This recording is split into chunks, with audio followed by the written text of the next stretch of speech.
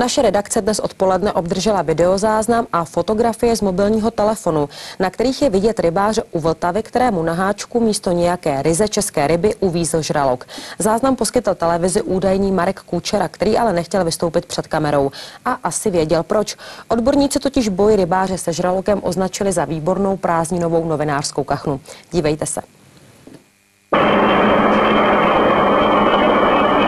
A stejný záznam ještě jednou a pomalu. Rybář na Střeleckém ostrově v Praze bojuje se žralokem. Vše vypadá důvěryhodně. Důkaz v podobě úlovku ale chybí. Proč? Bohužel jako rybáři přetohl vasec a chvilku jsme tam s ním stáli, povídali si, ten z toho byl úplně vyjevený, říkal, že od malička rybaří, ale že něco takového nikdy nezažil. Námi oslovený odborník z pražské zoo videozáznam analyzoval a výsledek. To video vypadá jako podvrh, protože ten pohyb toho žraloka rozhodně není fyziologický. Vypadá to, jako kdyby dotyčný rybář tahal z vody kládu nebo nějakou mrtvolu. Údajný Marek Kučera ale trvá na tom, že žraloka ve Vltavě viděl. Čestný pionýrský, nebo že nevím, jak vám to mám říct.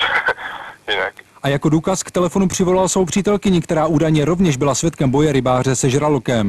Vím, že jsem to viděla a že on to natočil, ale jako mě tohle už vůbec nebaví. Odborníky ale důkazní materiály velmi baví. I pořízené fotky prý jasně ukazují, že jde o podvrh. Ta poloha toho ocasu, respektive kdy je zčeřená voda, neodpovídá poloze toho žraloka, protože je příliš kolmo na to tělo. A nejde o první takový podvrh. Loni totiž kdo si koupil mrtvého žraloka, vycpal jej a hodil do Vltavy, kde vzbuzoval velkou pozornost. Jiří Dlabaja, televize Nova.